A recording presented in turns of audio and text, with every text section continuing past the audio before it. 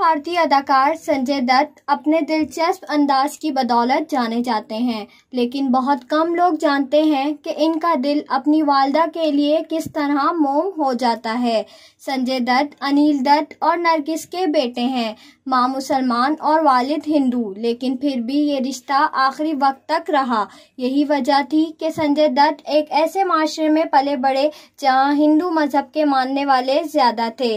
संजय हर मौके पर वालदा को याद करके अश्कबार जरूर हो जाते हैं।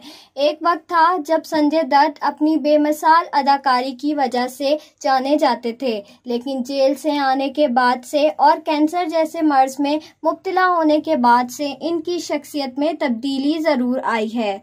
भारतीय सोशल मीडिया पर संजय दत्त के 1994 में गिरफ्तारी और पाबंद सलासल से मुतालिक कई खबरें मौजूद हैं, जिनमें से एक ये भी है कि चूंकि वो मुंबई धमाकों के केस में जेल गए जिसमें इनका कोई कसूर नहीं था, इसके बाद से इनकी अना खत्म हो गई थी। वो एक नर्म दिल इंसान बनकर सामने आए थे।